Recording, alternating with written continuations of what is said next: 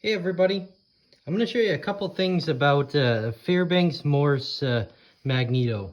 This is the FMJ model made for the Allis Chalmers, and it did do a few other types of engines, but it was mainly Allis Chalmers. I'll show you a few things about it, some things to watch for. So first thing, we're going to take these 4 screws off.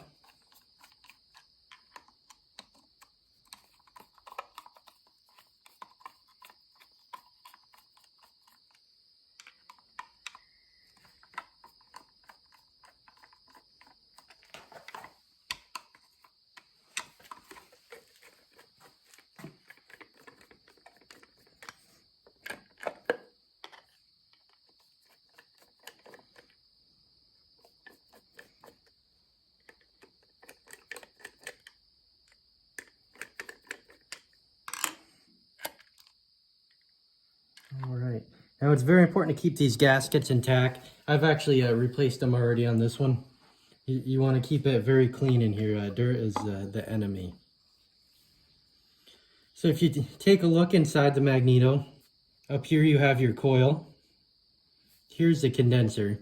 And a lot of times if you have a problem with the condenser or a Magneto, the condenser will need to be replaced. Over here, these are the points. If you look closely, you can see them open right there. Those need to be cleaned, and they need to be gapped perfectly. And this one's actually kind of nice for testing out. On the back, it has an impulse coupling instead of a gear like other ones. What that impulse coupling does is, if you notice, there's some play there. And then as I'm turning it right now, it's winding a spring. So once that spring is fully wound, it releases, and it actually spins that faster than I'm turning that by hand.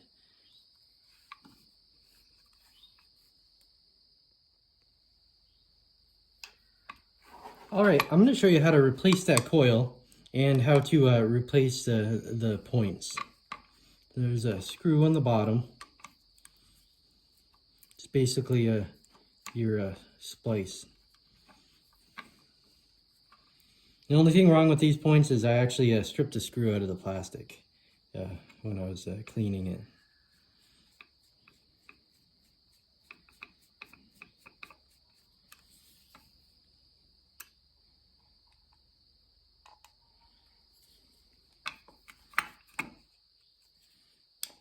Remove that Phillips screw. There's a flathead screw down here.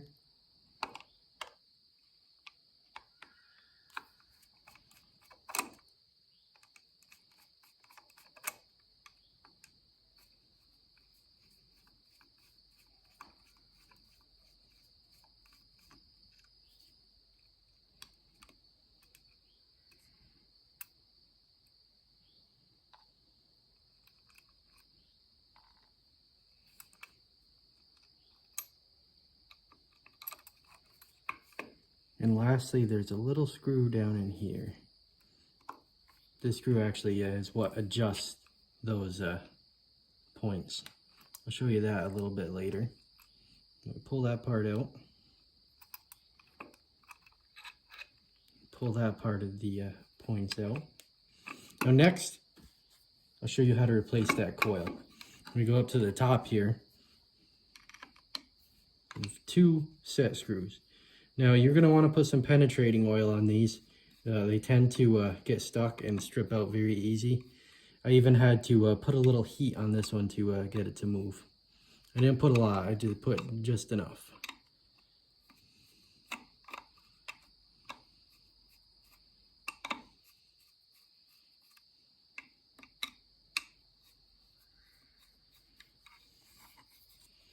Okay, we'll come back to this side.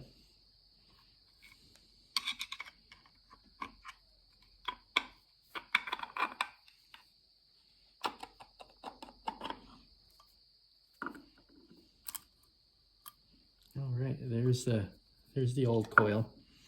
Now here is something that's very important to watch for. I know it's a little dark in there, but if you look closely, you see this black wire.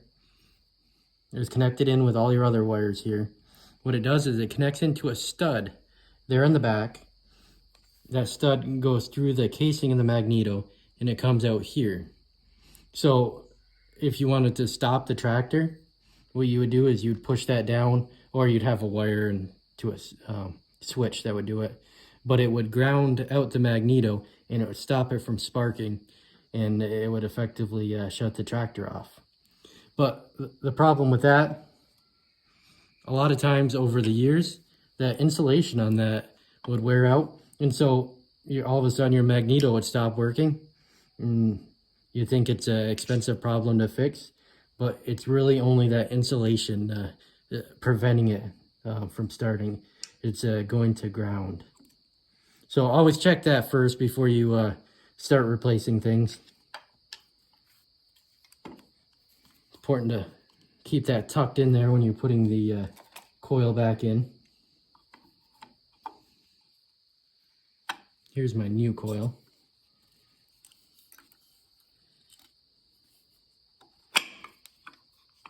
There it is. Tighten the set screws on top.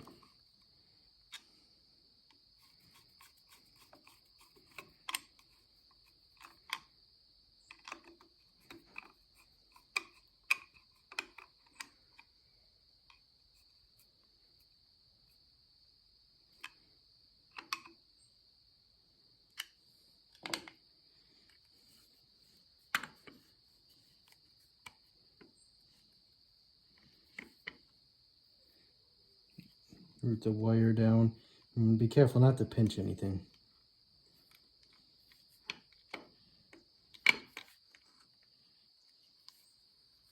Okay, the purpose of the condenser is actually to prevent the too much spark from occurring at the points. So when the points open, it breaks the circuit, and when it breaks that circuit, the electricity tends to want to jump across or arc, and that arcing over time causes carbon buildup and will basically ruin your points.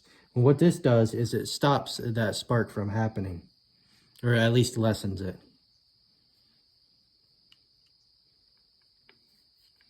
All right, here's my new set of points.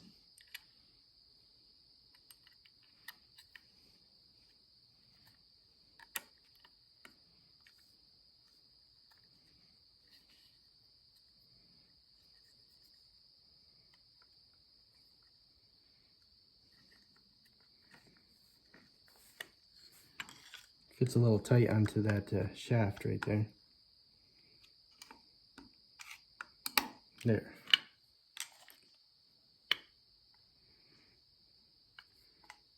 Take my screw here. I had a little washer on it. I don't know if that's necessary. I don't think it's original. We'll put it back.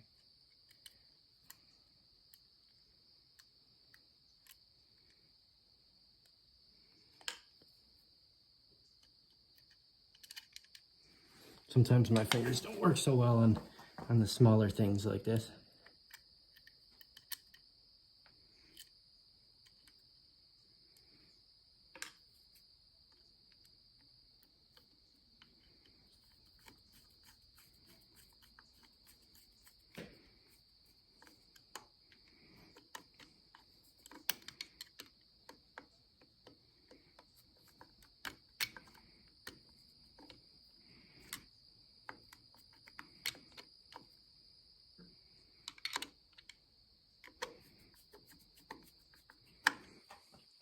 Tighten that down a little bit for now.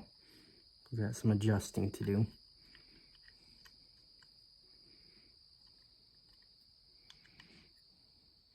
And this plastic part goes in.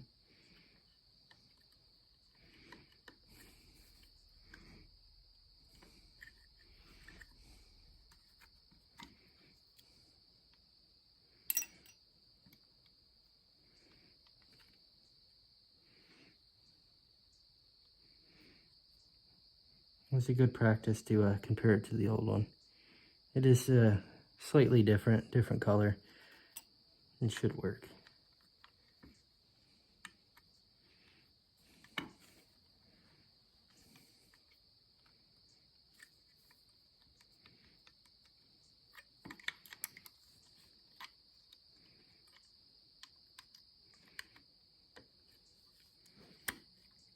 There we go.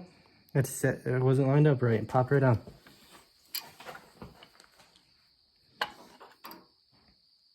Okay. You want to bend that tab right around.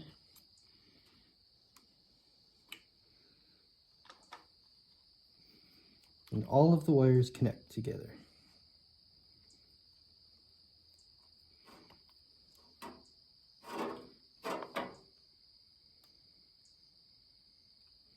You just need 5 hands to do it.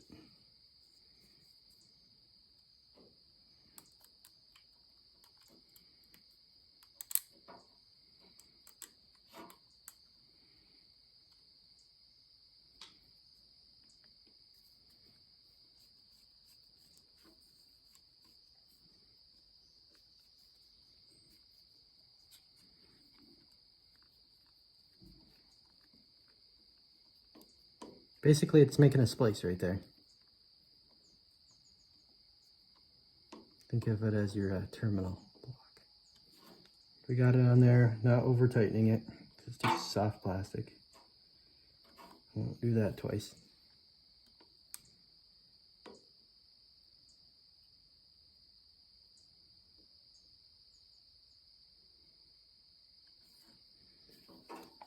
Okay, there we have it. Turn the impulse coupling.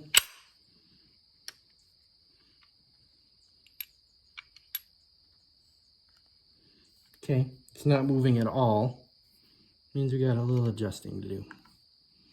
So loosen that one screw a little bit. Now that other screw that's down in there.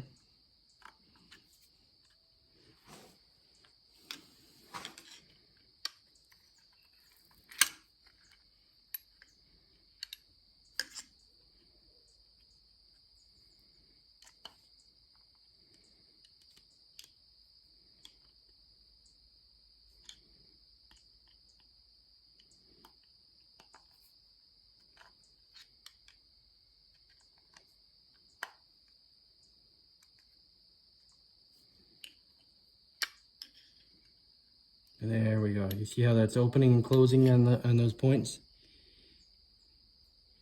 That's getting a little dark out. If you see right there.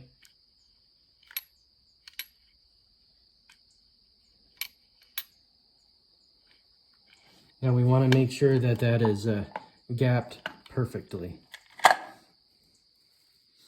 You need your feeler gauges.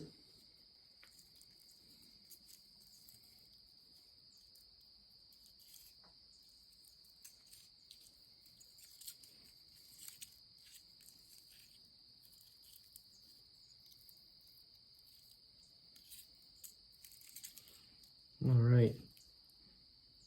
The correct size for this is 20 thousandths.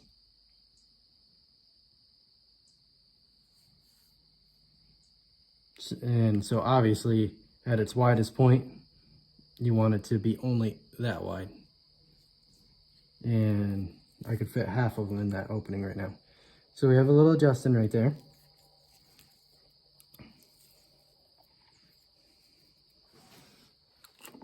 Just the rotor that comes through here, you notice it's flat on 2 sides, and that's what makes it open and close.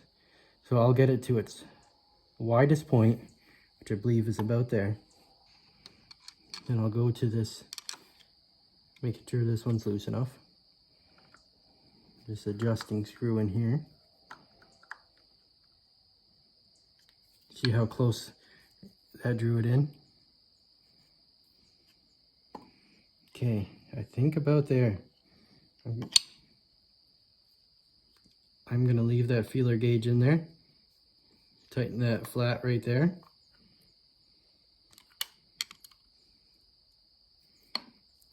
Double check it. You know, it did close a little bit.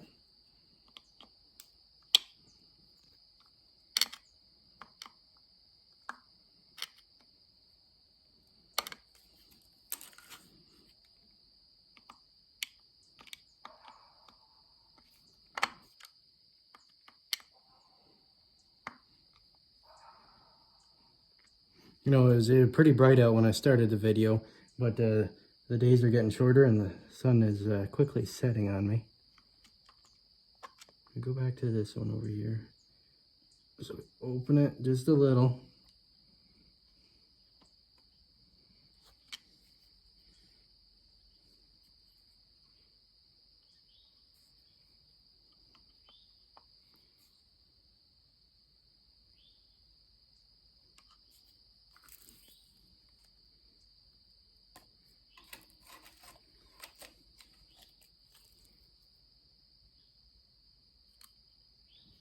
I think that's it right there. If we can get it to stay right there as we tighten this down, I think we'll be good.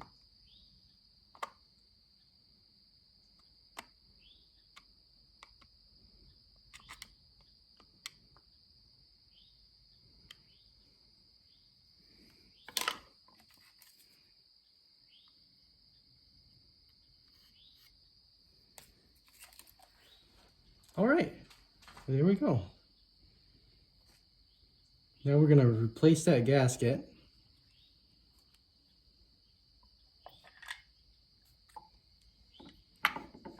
Gonna put our cap on. Now,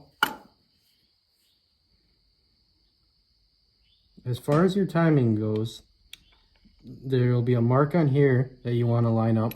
And from what I've seen, most of them are letters that line up. This one doesn't have that. It actually has a paint mark. There's a little paint mark right there. Then you go on this side, and that's really dark. But you see the yellow paint or the white paint there on that gear. That just needs to mesh up with that paint mark.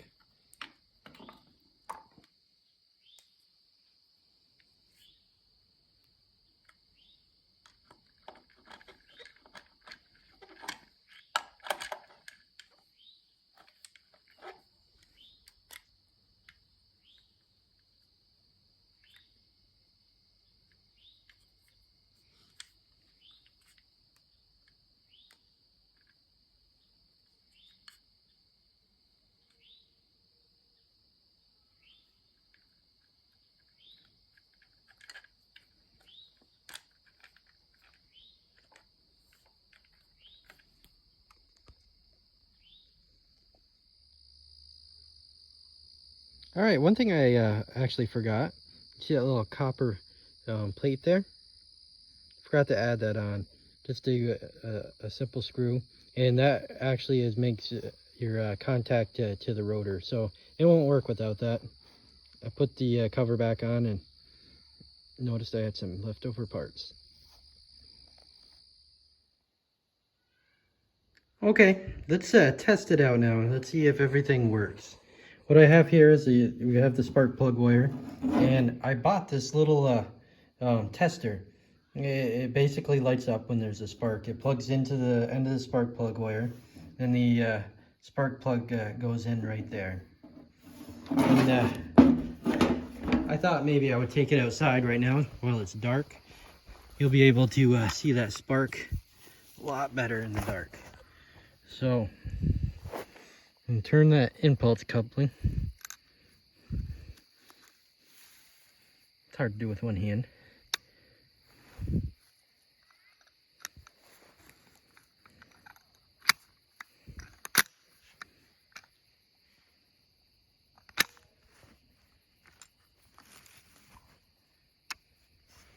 Very hard to do with one hand, actually.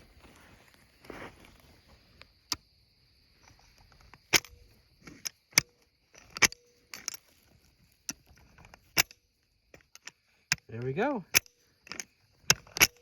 We have spark.